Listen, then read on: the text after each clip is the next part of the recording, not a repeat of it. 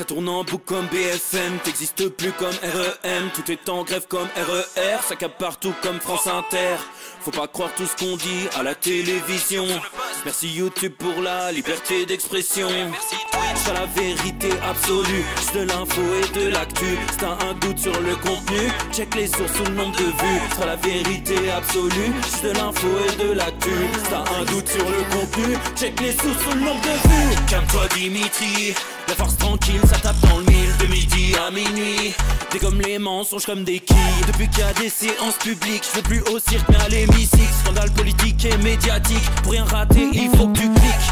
Mec c'est Rémi, le meilleur du pire en ligne de mire. Aucun parti pris, que des avis bien réfléchis. J'ai encore bourré comme un Polac, donc je pensais voir Laurent Ournac. Je crois que je suis toujours à côté de la plaque, mais en politique je sais qui est le crack. Ouais je sais qui est le crack. Juste milieu. Je crois que je sais qui est le crack. Ça lit des kilomètres de presse pour faire un résumé express. Ça charbonne comme un chinois avec la qualité d'un bavarois. On sera en retraite après notre mort, on sera bouffé par l'inflation. Dans le doute je vais voter Voldemort pour les prochaines élections. Passe de la country à la drill sans transition. C'est pas une bonne idée de me confier cette mission. Si t'aimes pas, dégoûte pas les autres. C'est pas moi qui le dis, moi je suis le roi des pauvres. Pour réfléchir, j'ai qu'un euro, mais au moins je tomberai pas dans la fraude. Je le prononce Fröhliches-Mittel, comme Angela Merkel. Désolé, je fais ce que je peux, je trouve ma répartie chez Lidl. Des enquêtes exceptionnelles, pas de langue de bois et de l'humour. La revue c'est juste mensuel, les vidéos c'est juste tous les jours. Ouais, c'est juste tous les jours. Juste milieu. Regarde ça tous les jours. Juste milieu. Désolé pour mon manque de répartie. Je sais même pas ce que je débite. C'est dur la géopolitique. Ou un peu comme ma... République. Ma République, non? C'est dur la République quand même, non? Ouais? Non? Ah non, c'est mou, non? Ouais, les mecs se font chier, on dirait un peu. Ouais, c'est un peu mou. Enfin, ça dépend dans quel pays. Ouais. Bah, j'y connais pas grand chose, moi. Et c'est quoi une démocratie déjà?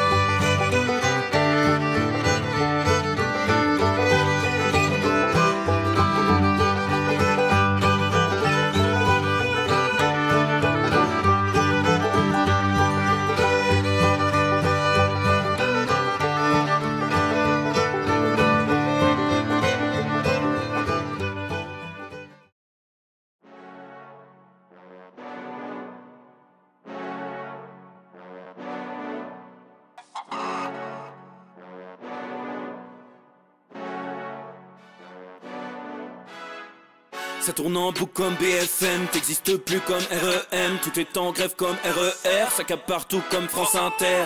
Faut pas croire tout ce qu'on dit à la télévision. Merci YouTube pour la liberté d'expression.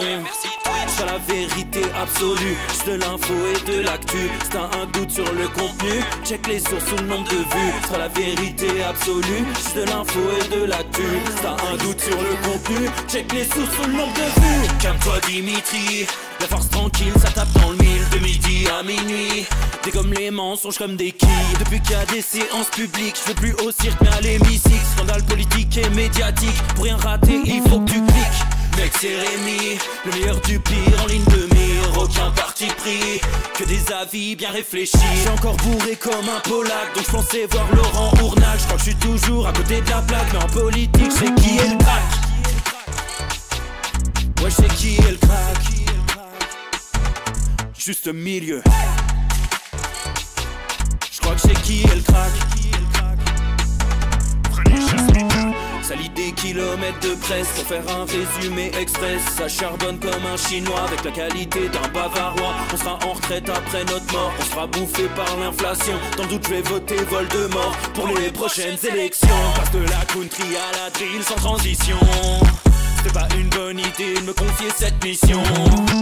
Si t'aimes pas, dégoûte pas les autres. C'est pas moi qui le dis, moi je suis le roi des pauvres. Pour réfléchir j'ai qu'un euro, mais au moins je tomberai pas dans la fraude. Je le prononce Fröhliches-Mittel, comme Angela Merkel.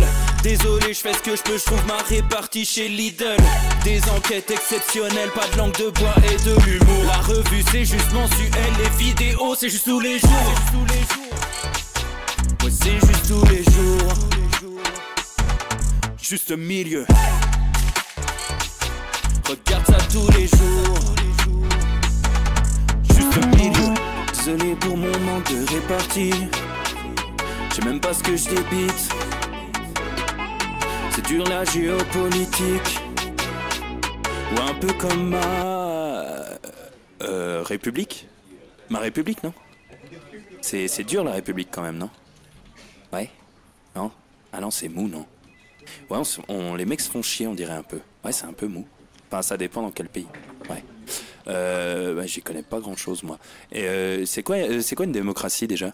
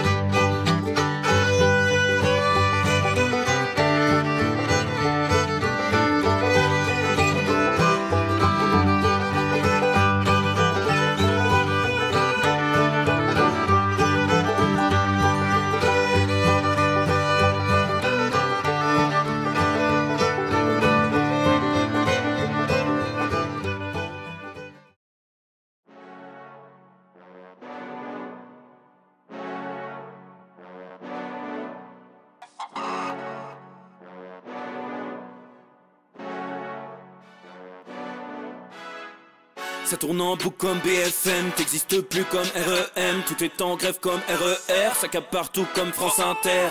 Faut pas croire tout ce qu'on dit à la télévision. Merci YouTube pour la liberté d'expression. C'est pas la vérité absolue, c'est de l'info et de l'actu. Si t'as un doute sur le contenu, check les sources ou le nombre de vues. C'est pas la vérité absolue, c'est de l'info et de l'actu. Si t'as un doute sur le contenu, check les sources ou le nombre de vues. Calme-toi Dimitri, la force tranquille, ça tape dans le mille. De midi à minuit, t'es comme les mensonges comme des quilles. Depuis qu'il y a des séances publiques, je veux plus au cirque mais à l'hémicycle. Scandale politique et médiatique, pour rien rater il faut que tu cliques. Mec c'est Rémi, le meilleur du pire en ligne de mire. Aucun parti pris, que des avis bien réfléchis. J'suis encore bourré comme un Polac, donc j'pensais voir Laurent Ournal. J'crois que j'suis toujours à côté de la plaque, mais en politique j'sais qui est le crack. Ouais j'sais qui est le crack. Juste milieu. J'crois que c'est qui est le crack. Ça lit des kilomètres de presse pour faire un résumé express. Ça charbonne comme un chinois avec la qualité d'un bavarois. On sera en retraite après notre mort, on sera bouffé par l'inflation. Dans le doute je vais voter Voldemort pour les prochaines élections. Passe de la country à la drill sans transition. C'était pas une bonne idée de me confier cette mission. Si t'aimes pas, dégoûte pas les autres. C'est pas moi qui le dis, moi je suis le roi des pauvres. Pour réfléchir, j'ai qu'un euro, non, moi je tomberai pas dans la fraude. Je le prononce Fröhliches Mittel, comme Angela Merkel. Désolé, je fais ce que je peux, je trouve ma répartie chez Lidl. Des enquêtes exceptionnelles, pas de langue de bois et de l'humour. La revue c'est juste mensuel, les vidéos c'est juste tous les jours. Ouais, c'est juste tous les jours. Juste milieu. Regarde ça tous les jours. Juste milieu. Désolé pour mon manque de répartie. Je sais même pas ce que je débite. C'est dur la géopolitique. Ou un peu comme ma République. Ma République, non? C'est dur la République quand même, non? Messieurs, dames, bien le bonjour les copains, ça y est, 16h44, il est l'heure du Juste Bistrot les amis, j'espère que vous allez bien, c'est chemise bûcheron aujourd'hui, voilà, on n'en a plus rien à foutre, c'est l'éclairage de la farce tranquille, on est sur du bleu, blanc, rouge, pourquoi pas les amis, mais surtout, on est ensemble et c'est le plus important, voilà, est-ce que tout le monde va bien? Est-ce que vous êtes en forme? Est-ce que ça bricole? Est-ce qu'on se régale? Est-ce que ça a regardé Top Chef hier? Dites-moi un peu tout, voilà les copains, ce qui se passe. Si ça roule pour tout le monde, c'est le plus important d'être ensemble. On va papoter aujourd'hui, on a plein de choses. Il y a un reportage sur l'andouillette, il y a des choses extraordinaires qui vont arriver. On va parler confinement, on va parler antidépresseurs, on va revenir sur l'affaire du voilier Madeleine. Hein, je vous ai dit hier, fallait faire les devoirs, fallait regarder la farce tranquille et on va débriefer un peu là-dessus. Je suis curieux d'avoir vos avis sur cette affaire et tous ceux qui veulent évidemment seront les bienvenus pour intervenir dans le Discord. Voilà, ça fait plaisir. Je reprends un peu vos messages, les copains. On a Ishigo Bankai 38 qui dit bonjour, je reviens de 2 semaines en Écosse, punaise, il fait chaud en France. Sinon, ça craint, je connais la chanson par cœur. Et ben voilà, magnifique. Est-ce que c'est sympa l'Écosse? Est-ce que tu t'es régalé? T'étais où? T'étais à Édimbourg, t'as vadrouillé. Il y a eu quelle ville? Dis-nous tout, voilà, ça fait plaisir. Intoma qui dit il fait pas chaud en Suisse. Si, là ça caresse les 30 degrés aujourd'hui. Donc ça bricole pas mal, mais on l'aura attendu. Hein. C'est vrai qu'on a eu un mois de mai dégueulasse. Donc là, ça fait plaisir.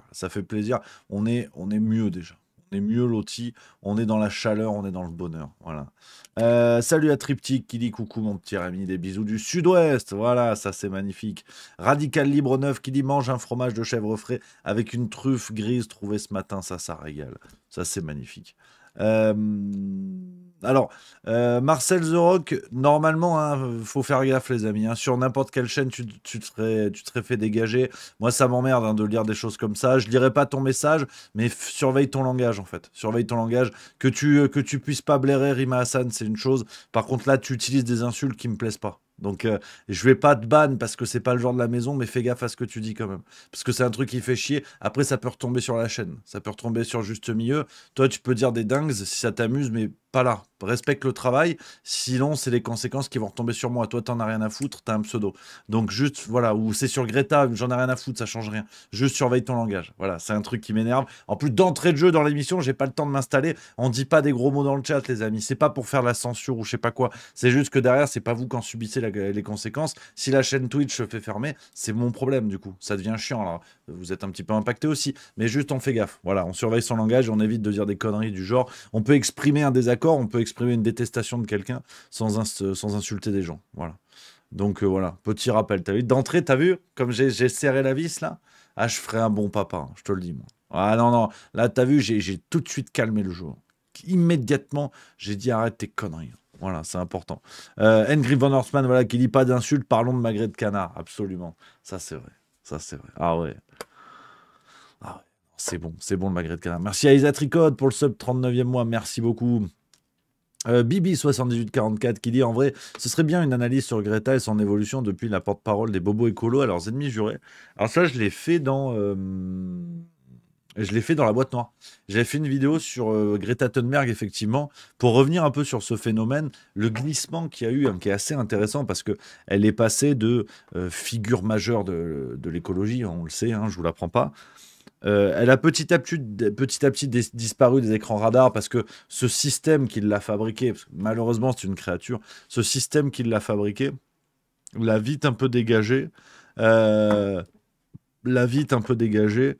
D'autant plus qu'elle a commencé à avoir des postures pro-palestiniennes. Et on sent que c'était pas le même emballement, hein. C'est marrant. Au départ, quand elle nous parlait d'écologie, il fallait que la Terre entière l'écoute. Et c'était crédible d'avoir quelqu'un de 15 ans qui mettait des branlées à des adultes dans les plus grandes instances politiques du monde. Par contre, quand elle a commencé à avoir un combat pro-palestinien et contre le régime d'apartheid qui existe en Israël, bon, bah là, bizarrement, fallait plus l'écouter. Et voilà, bizarrement, la parole de la jeunesse qui se lève et tout, voilà, voilà, là, il n'y avait plus de problème. Donc, c'est très intéressant. J'avais essayé de développer ça dans la boîte noire, développer ce sujet-là, parce que Greta Thunberg, sincèrement, pour vous donner mon avis là-dessus, on papote, hein, les amis. Franchement, on a le temps aujourd'hui, on se régale. Je réponds à vos questions, n'hésitez pas. Et je redis, hein, sur le Discord, si vous voulez intervenir, vous êtes les bienvenus. Salon vocal général, c'est chouette, un radio libre, vous n'hésitez pas. Greta Thunberg, je trouve qu'elle est. Enfin, c'est pas l'individu, si vous voulez, que je dénonce. C'est une jeune fille, aujourd'hui jeune femme, elle fait ce qu'elle veut. Je mets pas en doute sa sincérité, je mets pas en doute son engagement. Donc voilà, c'est toujours dangereux de tomber dans des attaques ad hominem, d'essayer de critiquer la personne avant les actes et les pensées. Donc concernant les actes et les pensées, je pense que c'est que mon avis, une fois de plus, c'est une jeune fille tout à fait sincère, qui porte son truc et qui a été complètement instrumentalisée. Il faut voir ce qu'il y a derrière elle. Donc tu as les darons déjà, qui sont des gens de l'élite suédoise, hein. La maman avait représenté la Suède à l'Eurovision, si je dis pas de conneries, et le papa était... Pareil, papa dans un secteur bourgeois plutôt bien installé. Et on a très vite retrouvé derrière elle. Attends, je me rappelle plus. C'était dans le truc de la boîte noire. Comment il s'appelait? Ça va pas me revenir. Mais il y a un type qui est une sorte de lobbyiste écolo qu'on a vite retrouvé derrière Greta Thunberg, qui l'a repéré et qui a clairement contribué à fabriquer le phénomène. On rappelle par exemple la biographie de la famille Thunberg qui a été publiée quelques semaines après la première grève de l'école, enfin la grève pour le climat, hein, qui a rendu célèbre Greta Thunberg. Le bouquin de la biographie Thunberg est sorti quelques semaines après la première grève. Donc il y a eu une opération de com qui a été rondement menée, mais pour autant, il y a des comportements de salauds de la part de ceux qui ont instrumentalisé Greta Thunberg pour en faire un phénomène mondial d'ampleur, dont on se rappellera. La preuve, on en parle aujourd'hui, plus de 10 ans après quasiment. Donc, il y a eu une instrumentalisation, ça a été récupéré ensuite par tout un système idéologique pour qui c'était fort pratique d'avoir ce genre de symbole un peu intouchable, si vous voulez. Qui allait s'en prendre à une gosse à part Jean-Marc Morandini? Peu de gens sont capables de s'en prendre à des gosses. Donc, on mettait en avant ce côté-là de dire elle est jeune, elle a raison, c'est inattaquable, elle incarne quelque chose de plus grand qu'elle. Le symbole était parfait. Donc, je pense qu'au départ, il y a l'engagement sincère d'une jeune fille, et ensuite, il y a une instrumentalisation complètement dingue qu'elle a bien voulu, parce qu'elle a un libre arbitre, c'est quelqu'un d'intelligent, donc elle a bien voulu tout ça. Mais je pense que voilà, se concentrer sur Greta Thunberg, à l'époque elle avait 15 ans, aujourd'hui elle en a 10 de plus quasiment, se concentrer sur de Greta Thunberg, c'est se tromper d'ennemi. Parce que ce même système qui a fabriqué Greta Thunberg, fabriqué le personnage Greta Thunberg, ce même système la met sous l'éteignoir lorsqu'elle se met à défendre la Palestine. Donc on voit bien que la parole de Greta Thunberg, tout le monde s'en branle. À partir du moment où ça va plus dans le sens des intérêts du système, tout le monde s'en fout. Et c'est très intéressant. C'est très intéressant. Et c'est la démarche qu'elle a actuellement de défendre la Palestine. Pour moi, c'est ce qui démontre sa sincérité. C'est qu'elle a que des coups à prendre. Elle a que des coups à prendre. Après, elle reste dans une démarche marketing. On a vu la séquence des menottes, ce que je mettais dans la farce tranquille hier. Je pars du principe que vous avez vu l'épisode où elle fait semblant d'avoir des menottes dès qu'elle repère les caméras. Elle est rodée à ça maintenant. Mais voilà, c'est une femme de 25 ans qui a la tête sur les épaules. Et je trouve qu'elle est le symbole de la capacité du système à fabriquer des idoles et à les détruire dès que ces idoles ne servent plus les intérêts du dit système. Merci à Max Paris, 514 pour le sub 11e mois. Et après, je vois dans le chat des gens qui évoquent le fait qu'elle soit frappée d'un trouble du spectre autistique, qu'elle ait telle ou telle maladie. Honnêtement, j'en ai absolument rien à foutre. Si vous voulez, c'est parce que la maladie fait partie de la vie que pour moi, c'est ni bien ni mal. C'est ni une qualité ni un défaut. m'en fous en fait, je m'en fous complètement.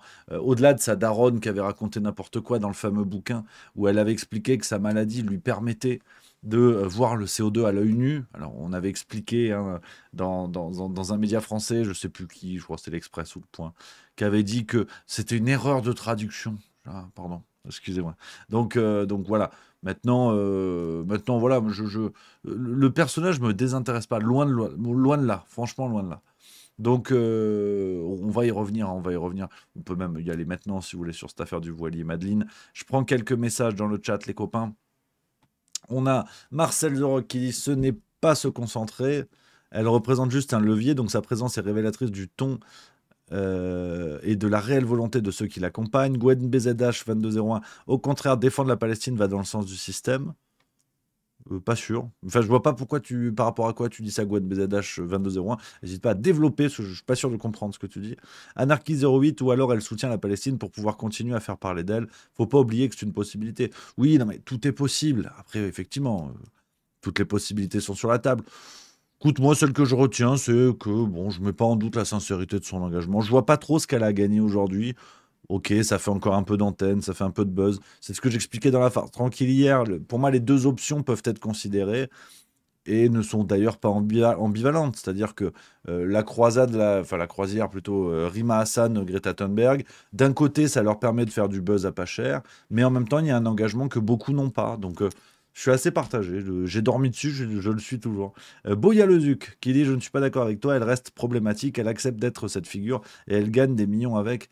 Mais oui, mais enfin, je l'ignore pas, ça. Je l'ignore pas que c'est fort pratique d'être le symbole d'un système. Il n'y a pas de souci là-dessus, mais ça s'accompagne toujours davantage. Là, on rentre presque sur un débat moral. Tu vois, les amis, quand on parle de ces sujets-là, moi j'aime bien regarder mon nombril avant de dire des choses de cet acabit. Avant de faire des procès en moralité aux autres, bah, faut se regarder. Tu vois, ce que tu reproches à Greta Thunberg, c'est-à-dire d'avoir un engagement qui lui permet de gagner du pognon, tu peux me le reprocher à moi. Grâce à Juste Milieu, je gagne très très bien ma vie. Et j'en suis conscient, on en a déjà parlé, je vous le dis. Donc c'est là où ce procès en moralité, le problème c'est qu'il marche avec tout le monde. Et si on veut le faire en toute honnêteté intellectuelle, il faut le faire à tout le monde ou il faut le faire à personne. Parce que Greta Thunberg qui profite de la cause pour gagner du pognon, tu peux me reprocher exactement la même chose. Est-ce que pour autant, le fait que je gagne du pognon grâce à Juste Milieu nuit à la qualité de mon travail, nuit à la qualité de mes idées? Et ce qui est peut-être le cas, c'est la question que je mets sur la table. Hein. Mais c'est là où je pense qu'il faut se garder des procès en moralité, parce que c'est souvent pour taper sur des gens contre qui on est d'entrée de jeu, en fait. Donc ça fait que valider, en fait, c'est une sorte de biais de confirmation. Donc, ouais, je comprends ce que tu dis, et je pense que c'est vrai. Mais tu vois, j'ai envie de me garder de ce genre de choses parce que tu pourrais me le mettre dans la gueule et tu aurais tout à fait raison. Tu aurais tout à fait raison. Merci à Adeline Castille qui vient de sub, c'est un tout nouveau sub. Voilà, pour 3 mois d'avance. Bienvenue dans la famille, merci beaucoup. Marcel The Rock qui dit à qui profite le crime? Si c'est au peuple gazaoui, ça ne me pose pas de problème qu'il y ait Delogui ou Bappé dans la barque. Chacun son avis après sur cette question. C'est le principe du juste bistrot. Donc, l'affaire Madeleine, on peut y parler, on peut y aller, hein, les amis, si vous voulez. J'ai quelques sujets. J'ai pas mal de choses pour vous aujourd'hui, plein de petits sujets différents. Alors 974 Papang qui dit as-tu vu l'analyse de Klemovic, donc Clément Viktorovic? Merci à Kiman70 pour le sub 32e mois. Alors non, je l'ai pas vu. Non, je l'ai pas vu. Attends, si c'est pas très long, on peut peut-être se le mettre. Hein. Je l'ai pas vu, je l'ai pas vu. J'ai vu, enfin en tout cas, il y a quelques commentaires effectivement qu'en ont parlé. Bah tiens, si ça vous va, on va écouter ça. Tiens, on va écouter le travail de Clément Viktorovic parce qu'on m'en a parlé hier. Donc on va regarder un peu ce qu'il en dit sur ces éléments d'analyse. Ça dure 5 minutes. Je suis curieux de découvrir ça. On fait du React, voilà. Et Clément Viktorovic, d'ailleurs, que j'aimerais beaucoup recevoir sur Juste Milieu. Hein. Ce serait vraiment un plaisir. Il faudrait que je prenne contact avec lui. Mais si vous le connaissez, ça pourrait être un chouette moment. D'autant plus que j'aime beaucoup son boulot et son bouquin, Le pouvoir rhétorique, qui a été très chouette. Donc ce serait un plaisir. Voilà, l'invitation est lancée. On regarde ça pour avoir un autre son de cloche. Et après ça, n'hésitez pas les amis à venir sur le Discord. Si vous voulez vous aussi donner votre avis, qui est très important, vous venez dans le salon vocal général, on regarde ça, dans 5 minutes, je vais sur Discord et c'est à vous de papoter. Allez, on est parti. Là, la première chose, c'est apporter notre soutien à l'équipage du Madeline, donner de la visibilité, c'est ce qu'on fait là, donner de la visibilité à cette arrestation qui a tout l'air d'être une arrestation totalement illégale, en violation du droit international, dans les eaux internationales. C'est important de tourner notre œil vers ce qui se passe autour de ce navire et des militants humanitaires qui en font partie, parce que c'est leur première garantie d'être bien traités. C'est l'attention du public qui va contraindre Israël à les renvoyer dans leur pays sains et saufs, tout simplement. Bravo au courage des militants et militantes qui ont osé monter dans ce bateau et faire cette traversée en sachant qu'elle pouvait se révéler absolument dangereuse. Voilà la première chose qu'il est essentiel de dire. Deuxième chose, quid de l'aide apportée? Alors c'est là où ça devient intéressant et c'est là où ça nous fait rentrer dans un débat qui est évidemment le débat qui a été instruit par Israël et relayé dans une partie de l'opinion publique française, qui est le débat de est-ce que ce navire est une aide humanitaire ou est-ce que ce navire c'est un coup de com' de quelques militants qui sont là pour s'héroïser et se faire mousser sur le dos presque des Palestiniens. Les enfants de Gaza méritaient mieux que cette croisière de selfies, que ce grand cirque du narcissisme avec une Greta Thunberg ayant opportunément quitté le rôle d'influenceuse climat pour endosser celui d'influenceuse Gaza. Vous affrétez pas un voilier qui ne peut pas contenir grand-chose, si ce n'est des starlettes qui peuvent faire des photos et des vidéos. Il n'y a rien d'autre à dire. Elle a tenté une opération de communication qui manifestement s'est retournée contre elle. Rima Hassan a été donc arrêtée cette nuit, on l'a vu sur les images sans violence et avec le sourire. C'est la propagande israélienne qui a été reprise, relayée dans une bonne partie de l'opinion publique française. Encore une fois, il suffit de regarder ce qui se dit sur les plateaux et sur Twitter pour vous rendre compte que cette critique elle a été abondamment relayée. Je trouve que c'est un débat qu'on peut regarder de manière assez analytique. Je vous donne le point d'aboutissement de mon raisonnement, comme ça ensuite on peut sereinement le dérouler. Je pense que c'est tout à fait positif l'engagement de ces militants et militantes humanitaires et notamment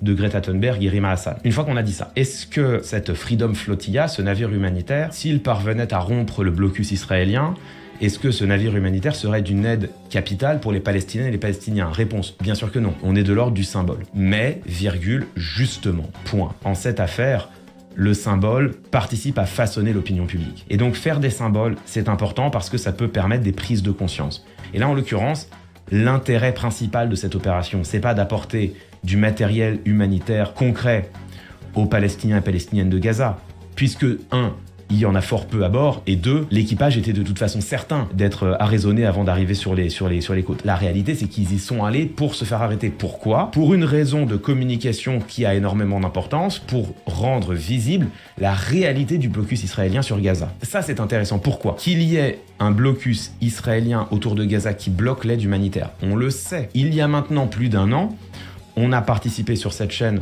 au marathon caritatif Streamer for Palestinians, au bénéfice de Médecins du Monde, lors duquel on a récolté collectivement plus d'1 million d'euros, plus de 125 000 euros récoltés sur cette seule chaîne. On avait parlé à l'époque avec les responsables de Médecins du Monde, on avait parlé également avec Charles Villa, journaliste indépendant qui était allé sur place, et tous nous disaient il y avait déjà un blocus humanitaire. Les camions de Médecins sans frontières, de Médecins du Monde chargés de denrées alimentaires, chargés surtout de matériel médical, étaient bloqués à l'entrée de la bande de Gaza et ne pouvaient pas rentrer. Donc le blocus israélien autour de Gaza, blocus qui encore une fois bloque l'aide humanitaire dans la plus grande précisément des inhumanités. Ce blocus n'a rien d'une nouveauté, on le savait. Dès lors vous allez me dire c'est quoi l'intérêt de monter sur un bateau pour se faire arrêter par la marine israélienne. L'intérêt, c'est que ça permet de rendre visible ce blocus médiatiquement et de le rendre sensible émotionnellement. Et là, on arrive dans un débat qui est un débat de rhétorique, qui est un débat, sinon de rhétorique, du moins de communication politique, qui est de dire que ça ne suffit pas pour obtenir des réactions dans l'opinion publique mondiale. Ça ne suffit pas de faire comprendre intellectuellement le caractère dramatique d'une situation.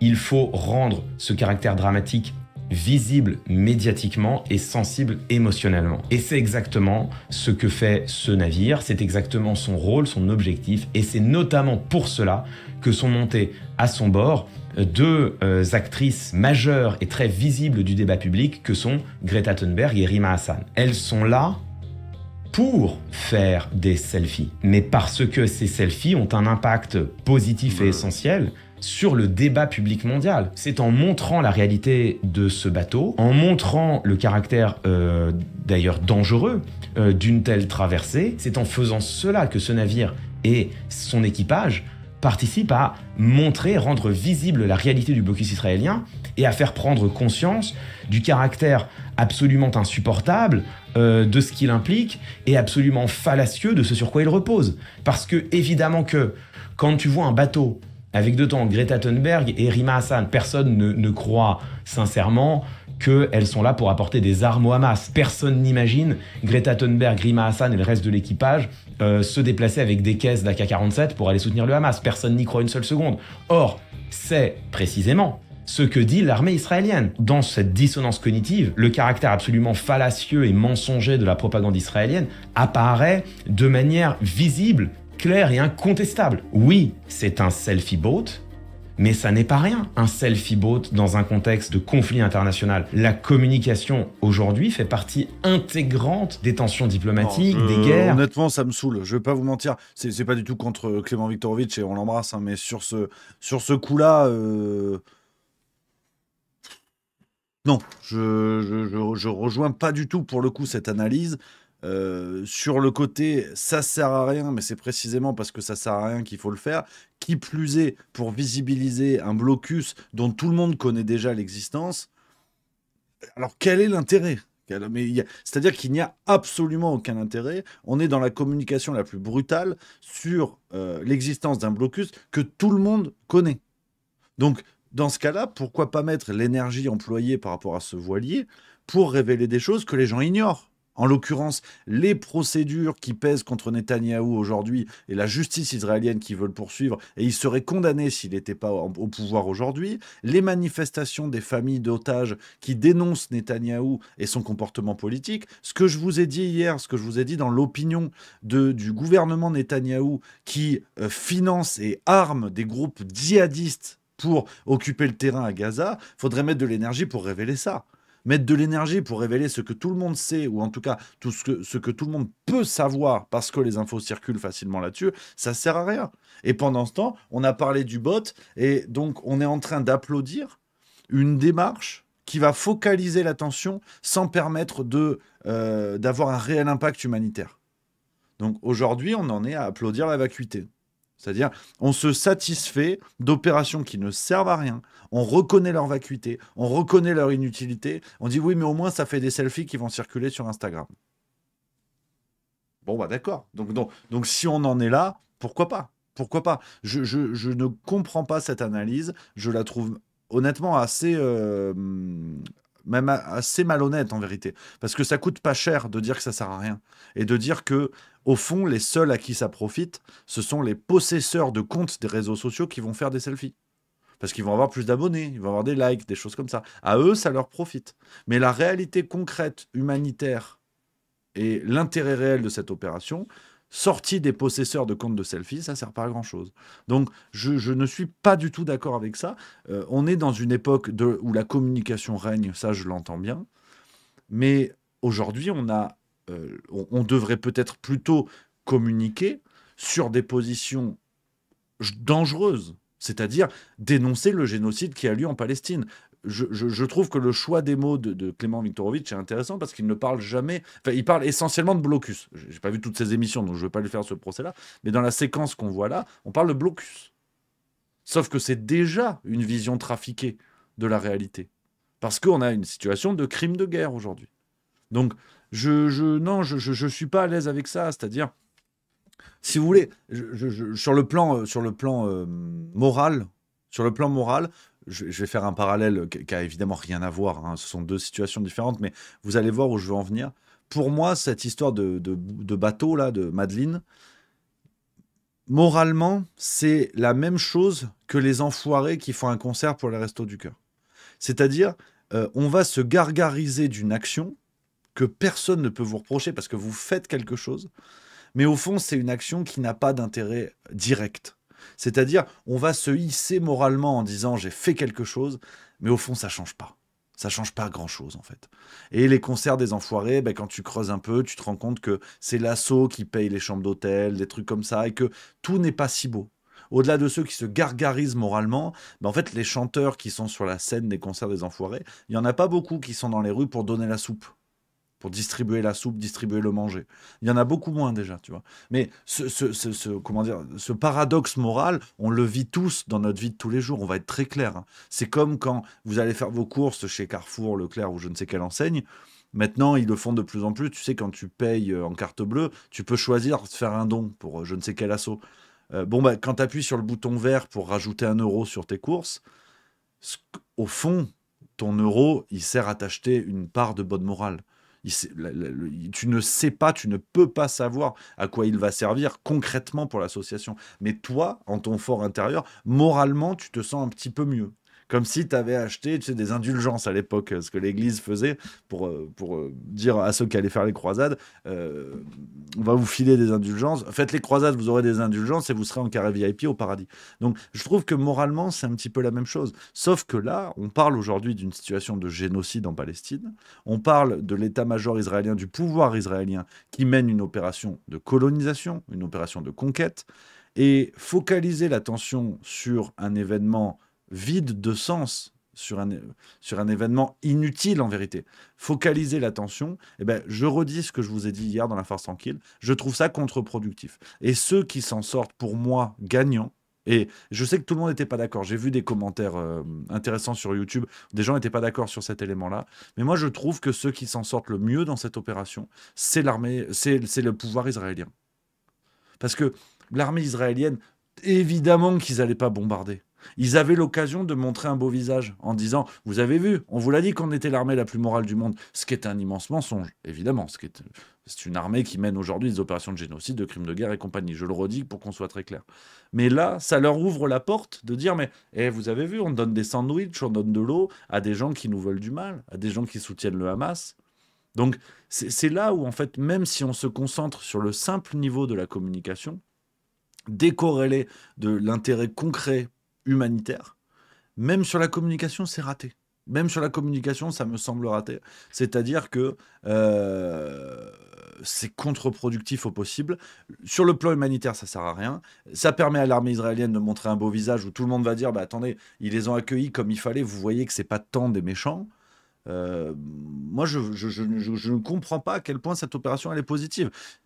Je ne sais pas si on se rend compte, même au fond, je vous livre un peu le fond de ma pensée, mais sur la gravité, en fait, de dire ça sert à rien, mais au moins la communication permet d'en faire parler.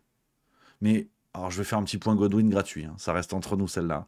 Mais vous vous rendez compte, les camps de concentration à l'époque actuelle, s'il y avait eu des influenceurs qui seraient passés devant Auschwitz, tu sais, on prend un selfie, et il y aurait eu des journalistes pour dire effectivement, ils n'ont pas libéré les gens, mais bon, au moins on sait que ça existe. En fait, plus je vous en parle, plus je développe, plus je pense en vous parlant, et je trouve ça même assez scandaleux en vérité, de dire ça sert à rien, mais au moins on en parle. Tu sais, c'est vraiment, il y a un clodo dans la rue, pour prendre un exemple peut-être beaucoup moins sensible, qui est déjà rude en soi, mais tu as un clochard dans la rue, tu passes devant, tu lui files pas un bout de ton sandwich, par contre tu prends une photo. Alors ça sert à rien, il dormira au froid ce soir, il aura toujours pas à manger, mais au moins, il aura sa gueule sur TikTok. On en est là.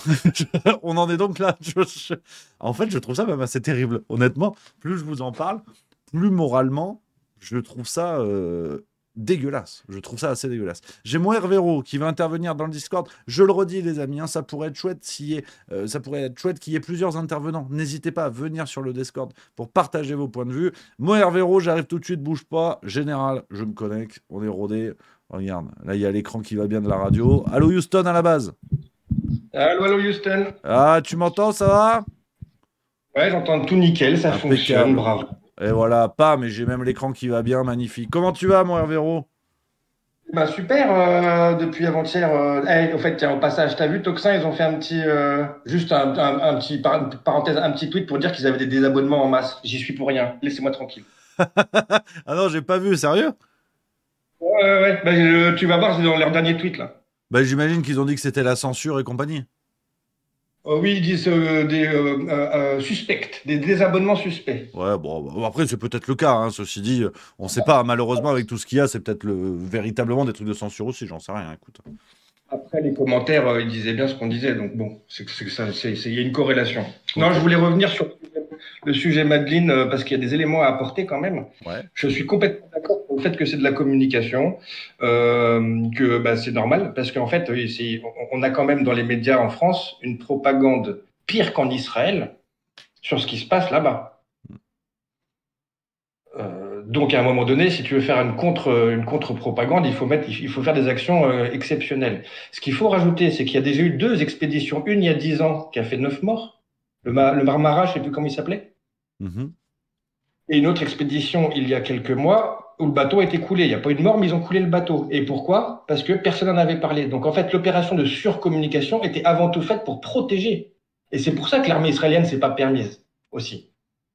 Mais je suis pas sûr que ça allait passer autant que ça pour, tu vois, je suis pas sûr que ce soit raté parce que qu'est-ce qui s'est passé suite à ça? Il y a un convoi qui partit de Tunisie, je crois, ou d'Algérie.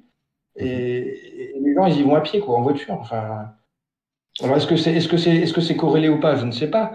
Mais, s'il n'y avait pas eu ça, est-ce qu'on en parlerait en fait? Parce qu'en fait, dans les médias français, bon, nous, on en parle, mais on est peut-être 1 million sur toute la population française à suivre les médias alternatifs qu'en parlent. Et Marcel en 442, GPTV, toi, enfin, tu vois. Ouais. Mais le reste des gens qui regardent encore la télévision, ils ont qu'une vision, on va dire, des éléments de langage du gouvernement israélien en fait. Parce que quelle que soit la chaîne, c'est dès que tu défends la Palestine, c'est le Hamas, t'es antisémite. Même le Drian l'a dit sur France Inter, quoi. Ah oui, non, je suis complètement d'accord avec toi. Effectivement, tu fais bien de rappeler ces éléments-là. Après, et là encore, en fait, j'arrive pas à avoir un avis définitif. Ce que je disais dans la farce tranquille hier, j'arrive pas à être tranché parce que je te rejoins sur le côté, il y a la nécessité de porter une contre-propagande face au discours israélien qui ruisselle dans la très grande majorité des médias mainstream. On est 1000 fois d'accord. Mais si tu veux, ce qui m'embête, c'est que à la fois la France Insoumise sont les seuls quasiment à porter sur la scène politique cette contre-propagande. Donc, je veux dire, c'est pas de leur faute si les autres sont pas courageux. Je veux dire, ça, faut quand même le mettre à leur crédit. Mais ce qui m'embête quand même un petit peu, c'est que on a vu dans le comportement de la France Insoumise qu'il y a, même dans ce combat-là, pour lequel ils ont le courage de s'engager, il y a une forme d'opportunisme qui fait que le combat n'est pas tout le temps mené de la même manière. Il faut se rappeler qu'après les européennes de 2024, pendant 6 mois, on n'a plus entendu Rima Hassan. Ils l'ont complètement mise de côté. Ce qu'il faut regarder, c'est le travail qu'elle a fait aussi. Enfin, moi, j'ai suivi un peu justement pour apporter des éléments par rapport à ce qu'on disait hier. J'ai été regarder un peu. Elle a fait au moins 10 propositions. C'est des propositions, c'est du boulot parce que c'est des dizaines de pages. Des propositions de résolution avec Marc Botenga, un autre député belge, lui, au Parlement européen pour mettre des sanctions, rompre les contrats d'accord. En fait, elle a fait déjà un travail parlementaire hallucinant et ça a été invisibilisé totalement. Déjà, elle l'a fait ce travail. Si tu veux, avant d'en arriver à faire la flottille, elle n'a pas fait que ça avant, si tu veux. Okay. Oui, effectivement. Mais là encore, tu fais bien de le rappeler, effectivement. Ouais. C'est ça, il faut prendre tous les éléments pour arriver. Et puis dans les autres pays, alors après, il n'y a pas que la France Insoumise. Je vois ici, nous, on n'est pas France Insoumise ou machin ou quoi, on en parle. GPTV, c'est plutôt à droite. Ils font le travail quand même de parler de la Palestine et d'Israël. Édouard Husson, il défend Rima Hassan. Édouard Husson, c'est un homme de droite libertarien. Avec Éric Verhaeghe. Donc en fait, c'est pareil, on focalise, parce qu'on focalise, comme on disait hier, sur le mainstream, mais à côté, il y a des gens qui s'expriment aussi. Et la problématique là qu'on rencontre, c'est que les médias, comme on dit, mainstream, font tout pour que la focalisation soit faite sur LFI contre le reste du monde, entre guillemets. Mais en fait, c'est pas vrai. Je suis d'accord. C'est vrai. Je suis d'accord. C'est une présentation qui est complètement malhonnête. Mais oui, mais pas de toi, hein, pas de nous. Non, mais l'intention dont on nous met la focale, en fait, et ben, du coup, on voit flou dès le départ. Ouais, non, mais tu vois, c'est aussi, et je te remercie, mon Hervéro, parce que c'est aussi pour ça que j'adore, en fait, qu'il y ait des intervenants, là, notamment dans le Juste Bistrot, qu'on puisse papoter, parce que, tu vois, ça me fait prendre conscience aussi de certaines choses. Et c'est vrai que dans la farce tranquille, j'ai pu, malgré tout, contribué à relayer ce discours, tu sais, de LFI contre le reste du monde. Et parce que chez LFI, ils ont parfois des comportements de merde et ils ont certains représentants qui sont des pompes à vélo, du coup, ça biaise le débat où tu dis tout ce qu'ils font, ça va être nul. Et tu as raison que je pense que je devrais insister un peu plus sur le combat de Rima Hassan, qu'il faut décorréler du reste. Et je te rejoins là-dessus, et tu vois, ça m'alerte sur le fait de dire prudence, faut pas y contribuer, quoi. C'est toi qui m'as appris ça. Ouais. Ben, moi, je ne fais que d'appliquer. Hein. Oh, le bon élève. Oh là là. J'y crois pas. Non, et pour terminer sur ce sujet, qu'est-ce que je voulais dire encore? C'était quoi on a fait le travail parlementaire et tout machin, l'opportunisme de LFI. Bon, je pense que sur ce sujet-là, ils sont vraiment touchés. Ah oui, alors je vais en finir là-dessus, parce qu'en fait, en France, on a un cas particulier. Il y en a plein qui disent, ouais, arrêtez de nous saouler avec la Palestine en France. Ce qu'ils n'ont pas compris, c'est qu'en fait, nous sommes déjà une colonie, nous aussi. Après Gaza, c'est la France, c'est déjà, en fait. À Hanouka, à l'Élysée, quand tu regardes la quantité de personnes qui vont, vous voyez ce que je veux dire, qui dans l'Assemblée nationale, comme dirait le général de l'avoir de... Qui va chez Elnet, le lobby, qui détient les médias, qui.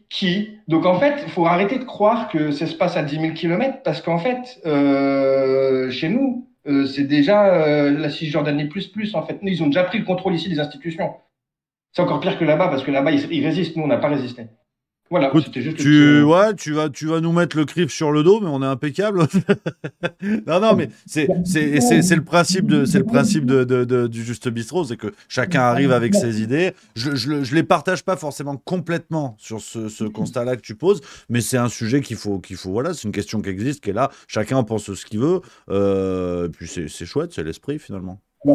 Oui, pour conclure, comme ça je prends pas toute l'antenne s'il y en a d'autres qui veulent venir. Moi je parlais évidemment des snorkies. Vous vous rappelez qui sont les snorkies?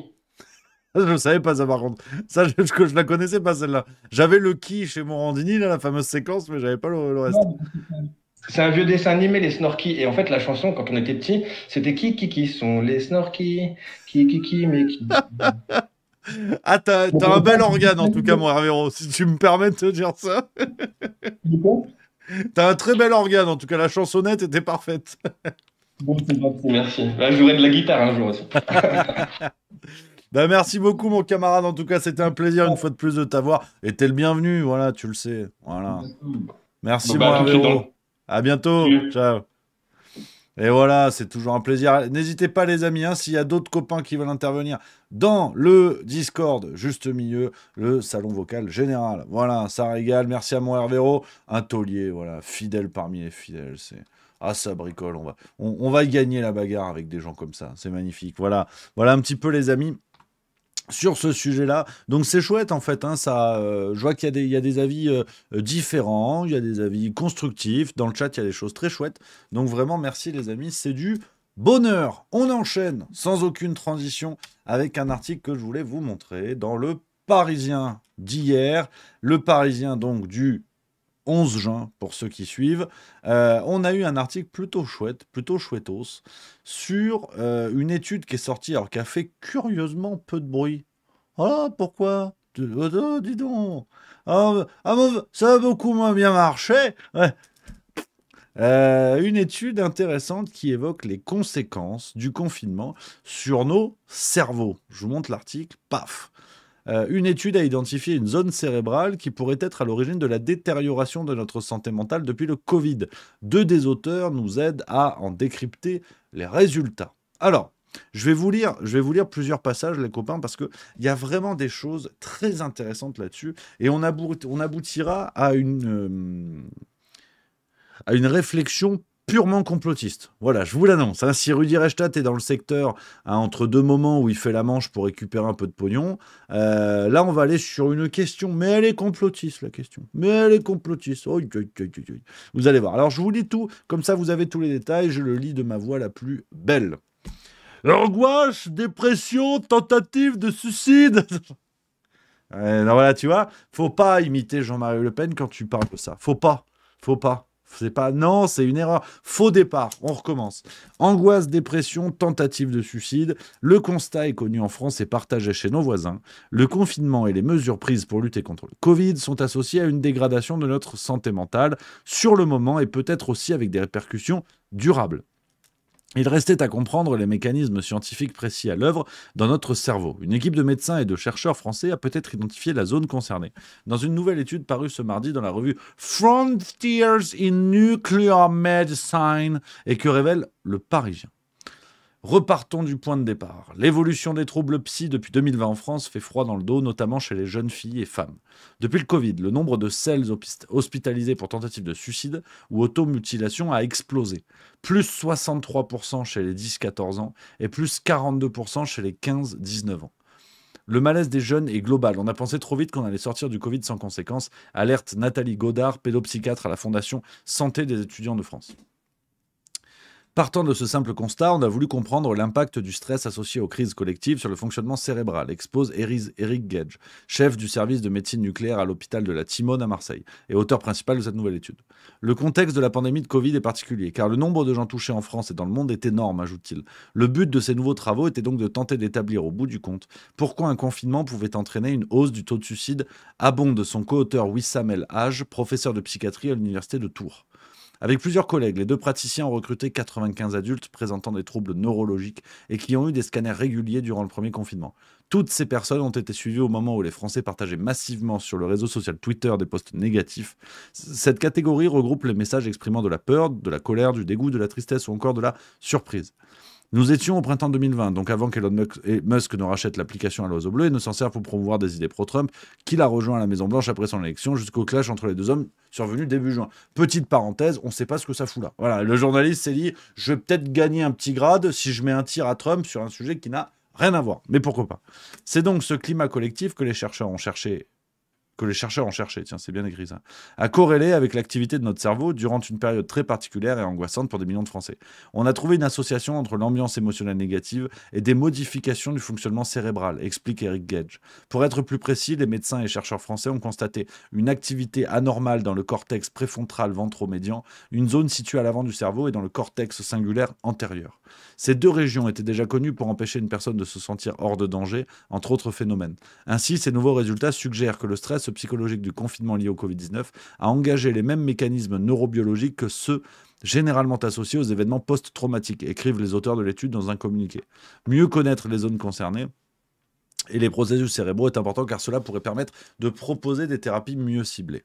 Donc, pourquoi je vous parle de cet article, les amis, qui repose sur une étude fort intéressante, qui met le doigt sur une réalité assez angoissante, voire très angoissante. Parce que, bon, on va le mettre sur la table, mais de toute façon, on serait surpris de l'inverse. On va pas se mentir non plus sur le fait que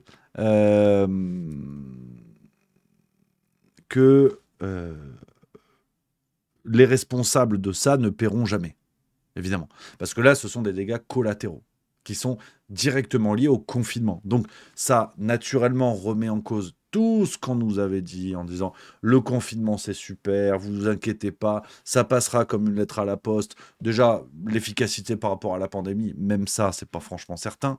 Mais les conséquences indirectes, personne ne les paiera, personne ne les assumera. Donc ça, malheureusement, je crois qu'on peut on peut se le tailler en biseau et se le ranger, comme on dit. Mais là, et c'est là où je vous dis, c'est complotiste. Là, tu vois, on me dit dans le chat que Julien Pain a déboulé sur Twitch. On va aller lui faire un coucou, tiens, bougez pas. Je finis juste mon truc, mais bon. La question complotiste que je voulais mettre sur la table avec vous quand même, les amis, c'est très clairement la volonté, l'intentionnalité de cette démarche-là.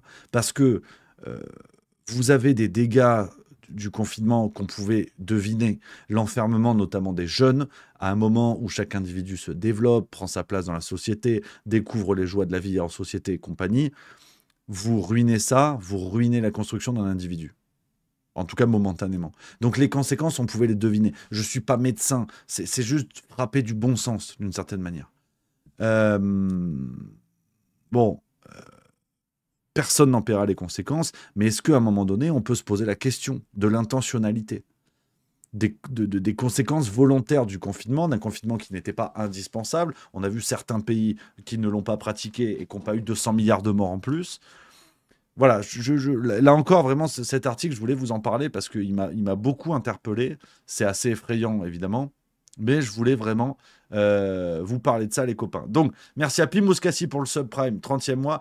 On enchaîne, les copains, parce qu'effectivement, on est rattrapé par le direct. C'est Julien Pain avec vous. qui est en direct. Regardez. Je m'étais trompé de caméra quand même, c'est ça. Il est en direct, magnifique. Voilà. Alors, je mets pas le son parce qu'on s'en bat les couilles, mais voilà, c'est un plaisir. Et tu vois, on va lui faire. Il y a Salomé Saké avec, donc vraiment, on est entre journalistes indépendants. Voilà, on va lui faire un petit coucou. Regarde, je vais mettre le son et je vais mettre des mots dans le chat. Avec nous. Je suis très heureuse d'être là aussi. Salut Salomé. Salut. Voilà. Attends, j'ai un bouton. Faites savoir à Julien Pain que vous souhaitez lui rendre visite et collaborer. Tiens, je vais cliquer. Tiens. Que vous connaissez parce que vous avez fait un stream il y a 3 jours avec Luc, donc je suis connu de ma communauté en tout cas. Et pour les gens qui nous découvrent sur YouTube, apparemment non. Attends, ça va pas aller. Bah du coup, moi je suis Luc Brisson, je travaille à Vrai ou Faux. Attends, je vais dire toi, Julien. Bonjour à tous. Je suis chroniqueur pour l'émission. Et du coup, on a fait c'est un plaisir pour vous présenter. Et moi aussi, je suis super de vous suivre en direct. Voilà, tu vois, je suis poli. On se renifle un petit peu. Je mets un petit message. J'espère que je vais avoir une réaction. J'espère. Ils vont parler du technofascisme. C'est bien ça, le technofascisme. Bah, on va regarder. Hein, parler de ça. Je dis tout de suite, ça sera 1h30 parce que Salomé a bien dit qu'elle devait partir à 19h. Donc c'est sur France Info. C'est l'argent. En plus, elle arrive en vélo, transpirante. J'ai fait le tour de France. Ouais, c'est super. C'est génial. Et tu vois, on regarde en direct. Elle est venue en vélo et on a eu à peine le temps de la maquiller. On n'est pas nombreux, Julien. On est 38. Alors, on va faire donc un react, c'est-à-dire on va parler du doc qu'on a fait avec Luc sur le technofascisme. Réponds-moi. Ça s'appelle les barons de la Silicon Valley à l'assaut de la démocratie.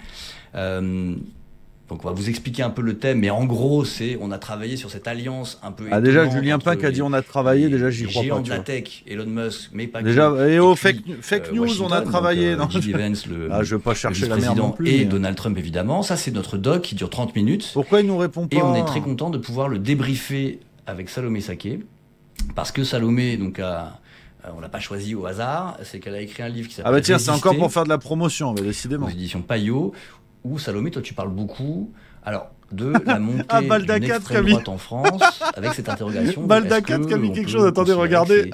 Un peu aussi, merde, c'est pas ça, attends. C'est un peu l'angle de ton... Oui, puis surtout d'une montée de la désinformation. Baldacat, il a mis le bonhomme Rémi qui danse. Cause du vote d'extrême droite, évidemment. On est en train de leur flinguer le truc. Surtout la stratégie de l'extrême droite. Et ça repose impeccable sur de la désinformation, sur... c'est pas du tout la seule cause, mais sur le chat, il a aucun sens. Il y a Malax Lolax qui met ça sans le complotiste ici, n'est-ce pas Rémi? Et de toutes les attaques à la démocratie qui sont banalisées dans le discours pour permettre qu'elle puisse arriver. Et quand j'ai écrit ce livre, c'était avant que Donald Trump commence son 2e mandat, qu'il soit même réélu. Et aujourd'hui, il nous offre un exemple malheureusement extrêmement clair de ce que ça donne dans un endroit où on n'a plus d'informations super boulot, j'adore. Des réalités voilà, moi je suis gentil, qui peuvent se créer, où tous les contre-pouvoirs sont violemment attaqués. Mais c'est vrai que c'est le principe de la farce. On est dans la farce. Oui, un pouvoir. Attends, je baisse un peu le son parce qu'on s'en fout de Salomé. Aujourd'hui, pour moi, le Trump. Oh, c'est à crever de rire, putain, j'adore. Non, c'est bien, on écoute, c'est intéressant en plus. Yvonne Storplar, Camille, c'est du travail de fond, bravo. On en parlait juste avant, à quel point, quand on s'est lancé dans cette aventure avec Luc, en plus, ils doivent avoir le chat sur un écran, j'imagine. Il va se dire, mais c'est quoi ce ramassis de débiles qui est en train de débouler? Vous êtes cons. Oh putain, si. Et franchement, s'il parle du chat en direct, c'est bon. C'est la Légion d'honneur, on a gagné. Oh putain, c'est à crever de rire. De politiques qui sont en train de mettre en place. Oh, j'adore, putain, vous êtes bêtes. C'est passionnant. Même s'il y a des différences. Ouais, tu l'as dit, Julien. C'est vraiment un sujet qui nous a énormément intéressé, qui nous a passionné. On a lu plein de trucs dessus. Et en fait, ce qui est très intéressant, c'est que ça. Ouais, alors attends, on me dit effectivement, j'ai pas le droit de diffuser apparemment. Moi je regarde, je mets en avant le boulot. J'ai enlevé là. C'est bon. Il y a Aitken, il dit dans les conditions, je crois qu'on n'a pas le droit de diffuser, même pour la rigolade, c'est pas une bonne idée. Ces gens sont pas assez intelligents pour s'en foutre, tu devrais éviter. Excusez-moi. Désolé, monsieur Pain. Pardon, j'ai arrêté la diffusion là. J'ai arrêté. Oh putain, c'est à crever de rire. Oh, c'est génial. Vous êtes bêtes, c'est magnifique. Doc, qui est un milliardaire de la Silicon Valley. Putain, ce serait... Mais l'histoire est magnifique. Alors, je peux pas diffuser, j'ai pas le droit. Mais là, faut se dire que Julien Pain voit le chat. C'est pas juste des entrepreneurs, c'est pas juste des businessmen, c'est des gens qui ont une vraie volonté d'orienter la société. Putain, il est beau, c'est beau leur plateau. C'est joli. C'est pas une réflexion qui date de début janvier, où on a vu un peu l'alliance au grand jour avec Zuckerberg. L'histoire est en marche là. Non, ça fait des années, ça fait des décennies qu'ils réfléchissent à ça. Et c'est un petit peu ce qu'on a voulu c'est vraiment, raconter c'est la farce, c'est farcesque. On aurait pu raconter ça pendant des heures. Là, faut voir ça. Je suis sûr que sur sa tablette, il a le chat, il est en train de phaser le cousin. Personnages qu'on voulait vous présenter. Et évidemment, la discussion pourra c'est con. Moi, j'ai pas dit. Moi, j'ai pas dit de le faire. C'est pas bien ce que vous faites. Faut arrêter maintenant. Une vision politique. C'est énorme. Très longtemps. Et moi, je l'ai découvert comme vous, en fait. Enfin, peut-être que vous le saviez avant, mais moi, j'ai découvert avec le Trumpisme et en faisant ces recherches et de la même manière que vous semblez le décrire, moi, ça m'a obsédé de me dire mais comment c'est possible qu'on n'ait pas vu à ce point que c'était en train de prendre. Faut pas faire. Faut pas faire ça. Et encore une fois, il y a des liens à faire avec la politique française. Il faut quand même rappeler que aujourd'hui, que ce soit Reconquête. C'est drôle, vous êtes bête, vraiment vous êtes bête. C'est bête et méchant. Bon, en même temps, ils passent leur journée à se foutre de notre gueule. Bon, il y a match. Je veux dire, moi, d'après Conspiracy Watch, je suis une ordure, donc je me dis, bon, tu vois, honnêtement, ça me gêne un peu ce qu'on fait. Je vais pas vous mentir, c'est pas bien. C'est pas ça. J'ai mon éthique personnelle qui me dit non, Rémi, c'est pas bien. Mais en même temps, bon, c'est comme au tennis, faut renvoyer la balle, sinon il y a pas de match. Donc j'ai pas dit qu'il fallait le faire, je dis que c'est marrant. Chez nous, parce qu'ils se désolidarisent pas de ce qui est en train de se passer. C'est énorme, c'est à crever de rire en vrai. Vous êtes bêtes, c'est génial. On l'a vu par exemple très rapidement au moment du allez Juju. Le Pen, on avait vu oh putain, il se lève, il s'en va. Elon Musk, de Donald Trump et tout, et sur la du coup il va pisser, il se casse. Désolidariser si on veut. Je peux pas diffuser le truc, mais c'est oh il s'en va Juju du coup. Il s'est tiré, il a dit c'est bon. Non, c'est fair play. Là, c'est la boxe. Il repasse devant, je sais pas ce qu'il branle. Salut, nazi. Oh putain, ils sont en train de supprimer tous les messages. Ils sont en train de supprimer tous les messages. Tous les messages des gens du juste milieu, ils ont tout dégagé. Oh putain. Oh, c'est drôle. Oh, franchement, c'est drôle. Aux États-Unis. Puis elle était en campagne. Oh, c'est à crever de rire. Il a dû dire la consigne. Oh putain. C'est à crever de rire. Elle a fréquenté quelque chose qui s'appelle le Claremont Institute, qui est un think tank très conservateur. Il est en train de phaser. Oh putain, ils ont supprimé les messages. Il n'y avait absolument rien de méchant. Il a supprimé. Oh, le respect de la liberté d'expression. Oh putain, c'est énorme. Oh, je me régale en vrai. Oh, vous êtes bêtes.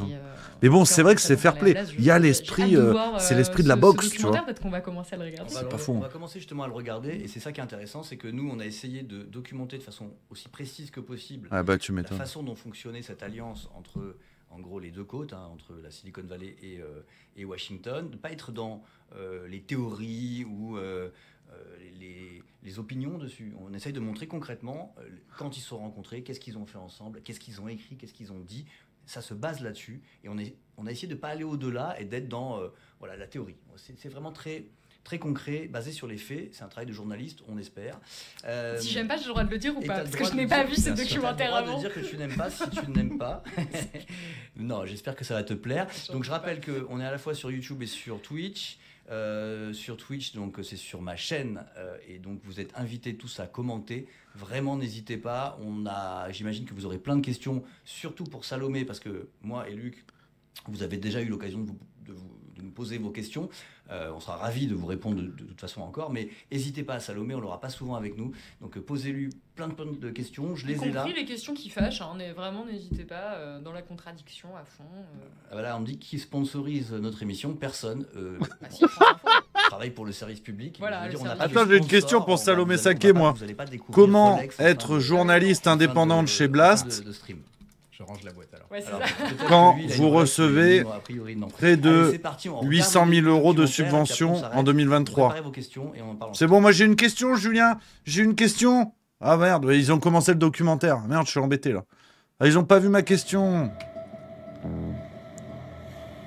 Oh non, bah ils ont pas vu. J'ai posé ma question. Bon, on verra. Bon, écoute, allez, on se casse. On a fini le troll. Allez, venez. C'est bon. Allez, ça dégage. Oh, c'est con. C'est coquin. C'est coquin. C'est coquin. Tu vois, attends, il y a Gaialis et tu vois, il y a quelqu'un dans le chat, il nous a bien rappelé à l'ordre. Hein. Il a dit, beaucoup de trolls, on dirait, il faut vraiment avoir une vie triste pour rester à regarder des choses qui ne vous intéressent pas et cracher son venin sans argument. Allez donc voir des streams qui collent plus à vos idées, personne ne vous retient. Du soutien pour votre travail, les journalistes, les modérateurs. Paf! Voilà. Tac! Celle-là, elle est bien envoyée. Ça nous apprendra. Oh putain, vous m'avez fumé. Oh, c'est drôle. Oh, c'est très très drôle.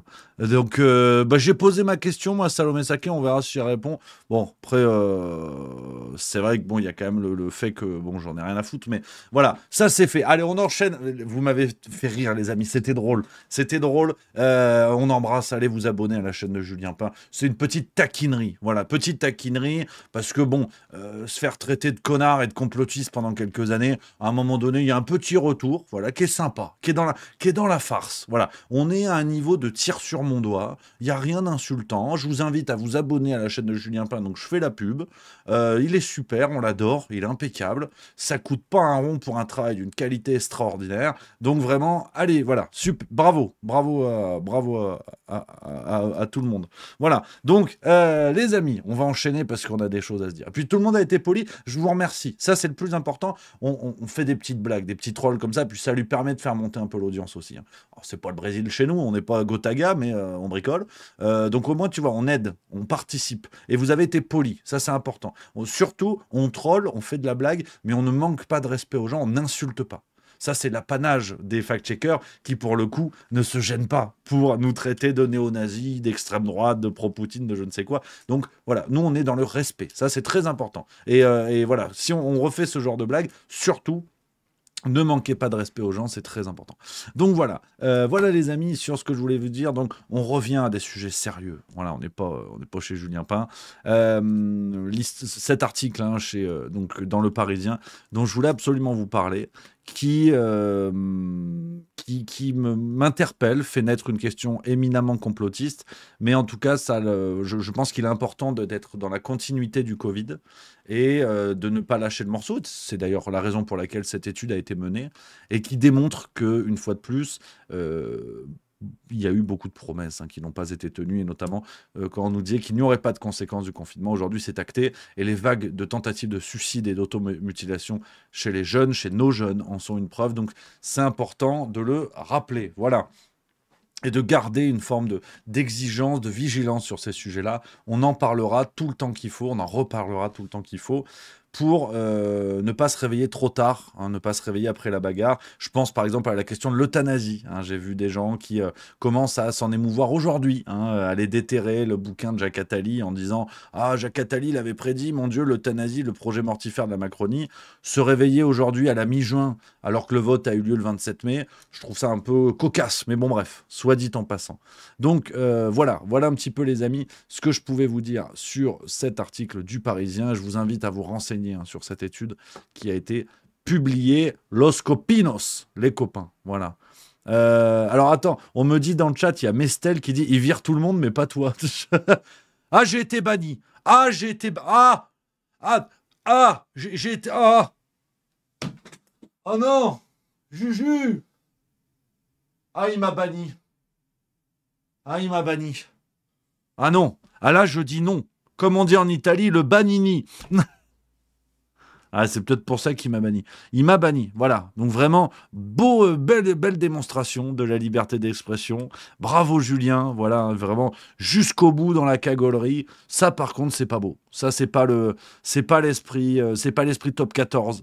C'est pas l'esprit Stade Toulousain. Ça, c'est. Mais tu vois, c'est symboliquement, ils ne changent pas, ils ne progressent pas, ces gens-là. Je veux dire, ils se sont construits dans l'absence totale de débat, à chier sur tout le monde, parfois de manière complètement erronée, parfois de manière subjective, mais c'est leur droit, parfois de manière diffamante, et ils continuent, et en fait, tu peux rien leur dire, et c'est assez ouf, quoi.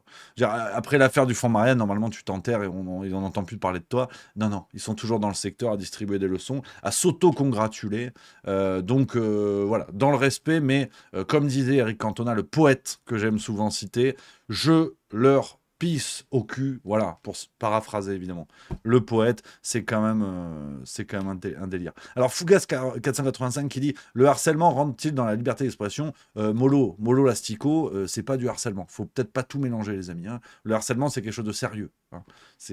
Faut peut-être pas déconner non plus. C'est pas du harcèlement ce qu'on a fait. Hein. Tranquille. Hein. Ça reste une blague sur des réseaux sociaux. Tranquille. Faut se détendre. Hein. Julien Pin, j'en parle une fois tous les 6 mois. C'est pas du harcèlement. Ne mélangeons pas tout non plus, les amis. Ça peut plaire, ça peut faire rire, ça peut pas faire rire. Vous pouvez trouver ça déplacé tout à fait, mais n'utilisons pas des termes qui, à mon avis, n'ont pas leur place. Voilà. Et puis, à la rigueur, qu'il m'attaque pour harcèlement. Si tel était le cas, il n'y a pas de problème. Ce sera l'occasion d'en discuter. Donc, au moins, c'est important. Donc, voilà ce que je voulais vous dire là-dessus, les copains. J'ai une autre petite séquence dans ma hot dont je voulais vous parler. C'est Lula. Bibap, Lula, Bibap, baby. Donc le dirigeant brésilien qui s'est pointé en France, donc c'était le 9 juin environ, vous vous en rappelez, et qui nous a fait une petite révélation, hein, sans aucune transition, qui nous a fait la petite révélation au KLM concernant l'accord UE-Mercosur qui allait évidemment être signé. La Macronie nous jure c'est grandieux que ça n'arrivera pas. Écoutez ce que dit le dirigeant brésilien. C'est clair comme de l'eau des roches, comme on dit là-bas. 200 millions d'habitants, plus de 200 millions, figure des grandes nations du Sud, figure de la gauche mondiale et président du marché commun du Sud, le Mercosur. Pour l'instant, vous n'avez pas convaincu le président Macron que l'Europe signe avec le Mercosur. Bon, théoriquement, l'accord va être signé entre l'Europe et le Mercosur. Je vais assurer le 6 juillet la présidence du Mercosur. Mon mandat sera de 6 mois et je suis certain que nous allons conclure cet accord. Deuxièmement, Ursula von der Leyen, qui est la responsable de ces négociations, a une procuration pour que la Commission signe l'accord. Par conséquent, ce n'est pas un pays à lui seul qui va refuser l'accord. Ce que j'ai dit au président Macron hier, c'est que nos divergences sont minimes, elles sont très petites. Et je comprends le discours ainsi que la défense des intérêts de la France. Mais c'est aussi important de dire que le Brésil n'a créé aucun problème pour le vin, pour le champagne ou les produits laitiers français. C'est une démonstration que si on se met ensemble et que l'on regarde les intérêts ainsi que la représentation des petits producteurs brésiliens et français, je pense que l'on pourra conclure l'accord. Voilà, donc Lula, le célèbre complotiste qui nous explique que, je reprends ces termes, Ursula von der Leyen a une dérogation pour décider pour toute l'Union européenne, malgré l'opposition de certains pays, en l'occurrence de la France, concernant le traité UE-Mercosur. Donc, c'est là où... C'est une phrase que je vous répète de temps en temps, les copains. Arrêtez d'être complotiste. Déjà, vous allez vous faire insulter par Julien Pin. Donc ça, c'est pas bon. Ça fait mal. Ça fait mal de vivre sans toi. Christophe Maé, bon. Moi je suis plus proche de Magali Vaé, mais bon, pourquoi pas. Et donc être complotiste, ça fait mal, c'est fatigant, et vous perdez du temps à imaginer des choses que vous avez sous les yeux. C'est-à-dire, ça sert à rien d'imaginer des choses de oui, mais en fait Ursula, dans les coulisses, elle fait comme ci, elle fait comme ça. Non, non, non. L'affaire des SMS, ça a été exposé par les plus grands journaux du monde. Alors certes, ils l'ont pas relayé comme le scandale que c'est, mais ils t'en parlent, ils te le disent. Lula, il te le dit que c'est elle qui décide. Il n'y a pas besoin de fantasmer un accord de von der Leyen qui serait une reptilienne, qui bute des écureuils. Non, non, non. Lula, il te le dit, c'est elle qui décide, les gars, en fait. Donc Lula, il n'a pas le temps. Il est brésilien. Là, il rentre dans son avion, Caipirinha, je ne sais pas comment ça s'appelle. De toute façon, j'aime pas cette merde. Sucre de canne. Il rentre, il y a des carioca, tu vois. Le carioca, c'est mexicain, non? Bon bref, il y a des danseuses brésiliennes, il déboule, il fait soleil, on joue au foot sur la plage de Copacabana. Donc il n'a pas le temps de parler avec Darius Rochemin. Il n'a pas le temps. Déjà parce que Darius Rochemin, ce qu'on voit pas dans l'émission, c'est qu'il lorgne depuis 1 heure sur une meuf du staff de Lula. Il a envie de se la décalquer. Donc avec Rochemin, t'as pas envie de durer longtemps. D'ailleurs, plus t'es équipé de vagin, moins tu veux rester avec Rochemin, comme dit le bon vieil adage savoyard. Donc Lula, il a autre chose à branler. C'est-à-dire qu'on lui pose des questions. Ouais, mais alors peut-être que vous avez vu Macron, il a dit non, attends, déjà Macron c'est qui? Ah oui, l'autre cocaïnomane, oui d'accord. D'accord, parce qu'en fait sa gonzesse à Macron, on en a plein des comme ça chez nous. Non, mais voilà pour l'anecdote. Et bon, oui, monsieur Rochemin, c'est quoi la question? Oui, mais peut-être Macron, il a dit non pour le traité. D'accord, en fait le traité va être signé, c'est Ursula von der Leyen qui décide. Question suivante. Et après, il rentre à Rio, en fait. Et d'ailleurs, quand tu vas à Rio, n'oublie pas de monter là-haut. Parce que sinon, t'as des problèmes, en fait. Donc, c'est ça qui est intéressant. Et être complotiste, c'est... Oui, mais peut-être que ça veut pas dire que... Non, les gars, arrêtez. C'est pour ça que je deviens anti-complotiste. Et c'est là où il y a un virage qui s'opère chez Juste Milieu. Et je le dis très sérieusement, les amis. Je le dis très sérieusement. Je deviens anti-complotiste parce que aujourd'hui, paradoxalement, on a toutes les dingueries du monde sous les yeux. Et pour être sérieux, 30 secondes, ce qui valide la notion même de fenêtre d'Overton. Parce que je sais qu'il y a beaucoup de gens qui se considèrent comme complotistes, vous allez comprendre ce que je veux dire. Il y a beaucoup de gens qui aiment beaucoup la notion de fenêtre d'Overton et qui refusent de croire que les médias mainstream nous disent les choses. Comme je vous ai déjà répété ça plein de fois, les médias mainstream ne cachent pas l'information. Ils mentent, ils la tordent, ils la maquillent, mais ils ne la cachent pas. Donc, ce sont deux notions qui sont obligées de fonctionner ensemble. Si vous voulez déplacer la fenêtre d'Overton, vous avez besoin que la masse de la population soit au courant des scandales, soit au courant des affaires qui vont permettre à la fenêtre d'Overton de se déplacer. C'est ça qu'il faut comprendre aujourd'hui, et on est en plein là-dedans. Les scandales ont besoin d'être révélés. On a besoin d'entretenir ce mystère autour de la teub de Brigitte Macron. On a besoin, parce que si les médias le cachaient véritablement, la fenêtre d'Overton ne pourrait pas se déplacer.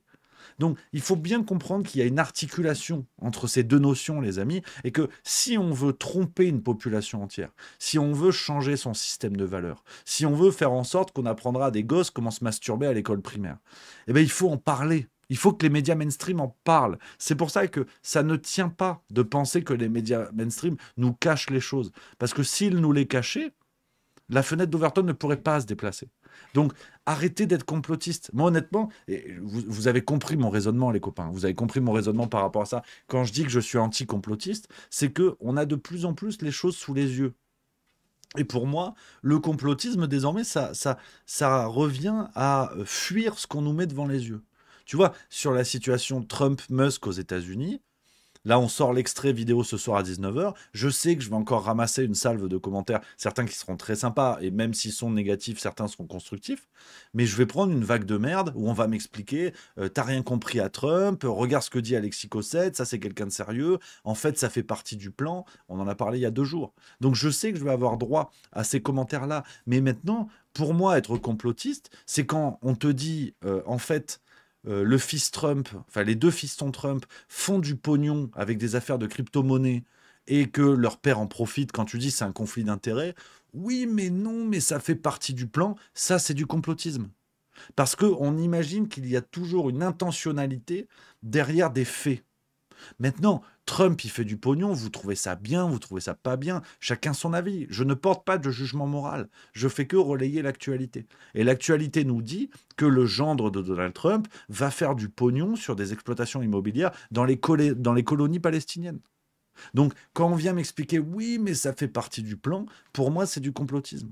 Parce que c'est le refus du réel et penser qu'il y a toujours une articulation logique dans des faits que nous refusons de voir.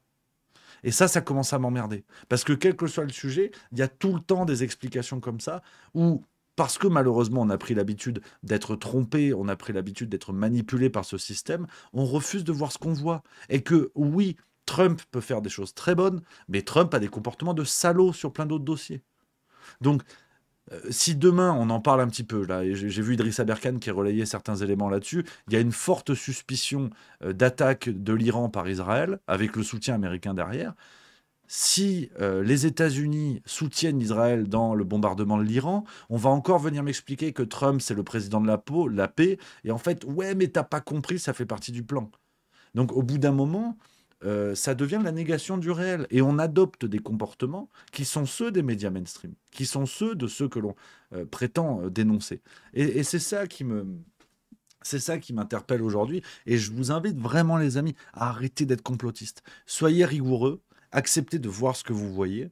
Parfois, ça va vous pousser à remettre en cause ce que vous pensez. Ça va vous pousser à remettre en cause vos convictions. Mais au moins, vous allez rester intelligent, lucide, agile. Et c'est le plus important. Et après, vous croyez ce que vous voulez. Vous avez les idées que vous voulez. Le sujet n'est pas d'en changer, hein, qu'on soit bien d'accord. Il faut aussi accepter de voir ce qu'on voit, sortir la tête du guidon. Et on y arrive. Et on y arrive et ça va bricoler. Donc voilà, les amis, ce que je voulais vous dire.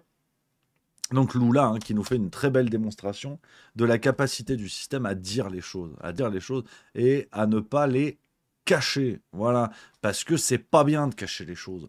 Cacher les choses, c'est de gauche. Non, pas du tout en plus. N'importe quoi. Pourquoi tu me fais dire ça? C'est pas vrai. N'importe quoi. Donc voilà un petit peu, les amis. Je prends vos messages. Il y a Monsieur Blagounet qui dit la clairvoyance est le maître mot. Philanthrope, elle fait philanthrope. Merci Twitch, je pourrais les lives avec vos réclames à répétition. Ah, ça c'est la pub. Mais qu'est-ce que tu veux que je te dise? Il me faut du pognon pour m'acheter des andouillettes. D'ailleurs, on va regarder un reportage sur les andouillettes. Sans aucune transition, c'est mon émission, je fais ce que je veux. Ah non, la pub! Ah, c'est bon. Le Jardin des Plantes, l'île Saint-Louis et même le Sacré-Cœur. Et comme demain il retourne en Allemagne, il veut se régaler une dernière fois dans un bon restaurant français. Ça tombe bien, en voilà un, avec des nappes à carreaux, des carafes d'eau sur les tables et une ardoise qui annonce la spécialité de la maison, l'andouillette. Miam, miam. Formidable, se dit Klaus. Je ne connais pas, je vais goûter ça. Klaus s'installe, commande une andouillette. C'est comme ça. C'est de la merde, c'est un dessin animé. Moi, je veux un vrai reportage sur l'andouillette. Non, c'est nul, ça. Moi, je veux des cuisiniers, je veux du beurre dans des poêles. Carambolage d'Arte, on vous emmerde. Ça, c'est bien, ça. Là, il y a de la grosse tripasse. Impeccable, ça. Allez, nous avons le privilège d'avoir une démonstration exclusive de Patrick Maury pour justement découvrir les secrets de fabrication de la véritable andouillette de Troyes. Alors Patrick, comment on s'y prend déjà? Qu'est-ce que c'est que tout ça? Alors estomac et intestin. Donc estomac et intestin. Estomac. Alors, un tiers, je fais une petite pause dans ce reportage sur l'andouillette. Il n'y a pas beaucoup de chaînes Twitch où ça se passe. Il y a, parce que ça, c'est évidemment, oui, ça me fait plaisir ce message. Anarchy08 qui dit Rémi, je peux passer demain sur Discord par rapport à un sujet de lecture. Absolument, camarade. Avec grand plaisir. Demain, 16h45, le Juste Bistrot. Tu seras le bienvenu. Je compte sur toi. On va parler lecture. Ça va être formidable. Avec plaisir. Intestin 2 tiers. Pour faire une véritable andouillette de Troyes. D'accord. Alors ensuite, déjà la première base. Lamelle.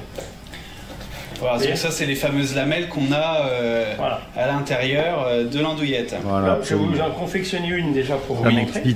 Donc ça, c'est un truc qui m'excite. C'est beau, c'est bien travaillé, il y a du coup de main. Tu te régales. Ça pue, hein. Par contre, ça pue, ça rase. Un petit peu par connaissance, la quantité que l'on met dedans, après comment on la prépare, ce qu'on met dedans. Alors ensuite, il y a l'assaisonnement. Donc vous voyez, déjà la base est déjà ici. 2 tiers, 1 tiers. Oui. Après, on a... Quel est les assaisonnements ici? L'oignon. Donc il y a l'oignon. Oignon. Après, du sel. Ah, ben, c'est le geste est pur. Alors poivre. Noix de muscade peut-être un petit peu. Et voilà, noix de muscade, j'avais bon. Muscade. Épices. Épices, voilà, 4 épices, du poivre blanc, poivre gris, poivre jaune. Alors on penserait que c'est un petit peu au pif, mais non. Ah non, c'est le geste. À force on reconnaît le maître. On a ce côté matérialiste. Alors moi, ce qui me permet aussi d'avoir le petit charmeur. Eh oui, champagne. Eh oui, on est à 3, pardi. Notre fameuse boisson. Voilà. Notre petite boisson, quand même, qui est du terroir. On a quand même Alors ça, c'est particulier à toi. Oui. Voilà, c'est toi. La véritable andouillette au champagne. Il se la mouille au champagne, c'est pas mal ça. C'est une bonne idée ça. L'un des secrets. Avec une sauce au chaours, ça doit dégonner. Mais en tout cas, l'une des petites choses en plus, c'est le champagne. Vous inquiétez pas les véganes, après on va regarder un reportage pour les végétariens. Parce qu'on est chez Juste Milieu, il en faut pour tout le monde. On regardera une recette végétarienne juste après, vous inquiétez pas. Paf. Voilà, magnifique. Puis on est parti. Et voilà, il se la mouille l'andouillette, et voilà, impeccable. C'est ça, mon c'est aspergé en fait, le geste. Voilà. Donc vous pouvez le considérer, on n'en met pas une tonne, mais on en sûr. Mais ça donnera le petit arrière-goût de toute façon. On tourne bien. Un petit relais, et on voilà. sent déjà... on le sent là. On est dans une partie. Aïe, ça a l'air bon. D'accord. L'enrobage. Alors certains mettent une ficelle, mais moi, la ficelle, ça m'embête un peu. Voilà. Là, le geste est juste. Le geste est juste. C'est là où on reconnaît l'artisanal, du coup. C'est vraiment le... Vous voyez. Ah ouais. Ah, c'est dégueulasse, par contre, on va pas se mentir. J'ai vu des pornos avec plus de délicatesse quand même. En base. Ah, c'est dégueulasse. Mais c'est bien. Et bah ça n'a pas l'aspect en... Ah, tout à fait. Hein. Sachez qu'une fois cuite, voilà, c'est un produit qui est réduit de moitié. Eh oui, pardon, voilà, ça se ça c'est contracte. intéressant. Et donc, cette andouillette là qui vient juste d'être faite, elle va être en boutique dans combien de temps? Ah, c'est demain. Demain, d'accord. Elle peut être demain parce qu'elle sera cuite dans la foulée 6 heures. Oui. Donc, refroidie toute une nuit, et là vous l'avez demain dans votre assiette. D'accord. Elle sera refroidie dans un bouillon de cuisson, c'est-à-dire le jus de cuisson. Bien sûr. Voilà. Dans une chambre froide, et après dans ce contexte, vous l'avez dans votre assiette, prête à griller. Merci beaucoup. Et quand annonce j'ai faim. Ça a l'air bon, j'adore les andouillettes. Quand on était à Troyes au théâtre 3 fois plus, on embrasse pour le spectacle, ils ont leur resto juste à côté. J'ai mangé une andouillette avec la sauce au chat ours. Enfoiré. Je m'en suis léché les babines. Je m'en pourléché la babine, comme on dit. Alors, on va mettre un reportage pour les végétariens parce que on est chez Juste Milieu. Et je vais vous montrer une recette que j'aime beaucoup. C'est le tian. Le tian, c'est du sud. C'est du sud de la France. Le tian de légumes, c'est pas forcément très compliqué à faire. Et c'est très, très bon. C'est très, très bon. Voilà, on va se mettre la recette de Joël Robuchon. Bon appétit, bien sûr. Ça régale. Voilà. Et comme il disait, Joël. Et bon appétit, bien sûr. Et ça, c'est bon. Mangez ça. Si vous êtes un peu comme moi, un peu enrobé, il y a une forme d'enrobage, vous avez l'impression d'être un goudron fraîchement fondu, où il y a un bel enrobage, vous vous foutez du tian de légumes. C'est délicieux, ça respire le sud. Si tu tends l'oreille, il y a Fernandel qui te dit « Avec de l'huile d'olive pugée !» Et tu te régales. Et c'est vraiment pas compliqué à faire. Pour les gosses, vous vous régalez. Pour vous, pour votre voisin, pour votre postier, vous faites pour qui vous voulez, on s'en fout. Mais c'est délicieux. Franchement, c'est très très bon. C'est fastoche à faire. Après, tu peux te mettre un petit peu de piment d'Espelette, par exemple. Si t'aimes quelque chose d'épicé, tu te mets un peu de piment d'Espelette. Et puis voilà, tu te régales. Et ça fait plaisir, le tian. Le tian, c'est très très bon. Moi, j'aime bien. Voilà un petit peu, les amis. Le tian de légumes, ça régale. Et c'est vrai que, ouais. Ah, tu vois, j'ai faim. Ça m'a donné faim. Donc, non, Joël Robuchon, c'est la légende de la cuisine. Ça, c'est Maïté, qui est aussi décédée, malheureusement. Ah, tu vois, ça me met un coup de pelle. Pas facile. Donc voilà un petit peu, les amis, sur ça. Voilà, ça m'a fait plaisir de vous partager mon reportage sur l'andouillette.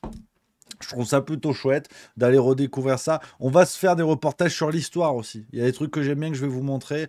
Voilà, ça, en ce moment, voilà, de toute façon, c'est le nouveau Juste Bistrot. On a un nouveau matériel qui arrive, on refait tout. Ça va partir dans tous les sens, ça n'a plus aucun sens. Voilà, je vous le dis tout de suite. En tout cas, on a passé une bonne émission. On s'est bien fendu la gueule, les copains, avec ce pachage chez Julien Pain. Vous m'avez fait crever de rire, c'est que du bonheur. Ce qu'on va faire, c'est qu'on va se retrouver demain. Évidemment, c'est ce qu'on va se retrouver demain, les amis.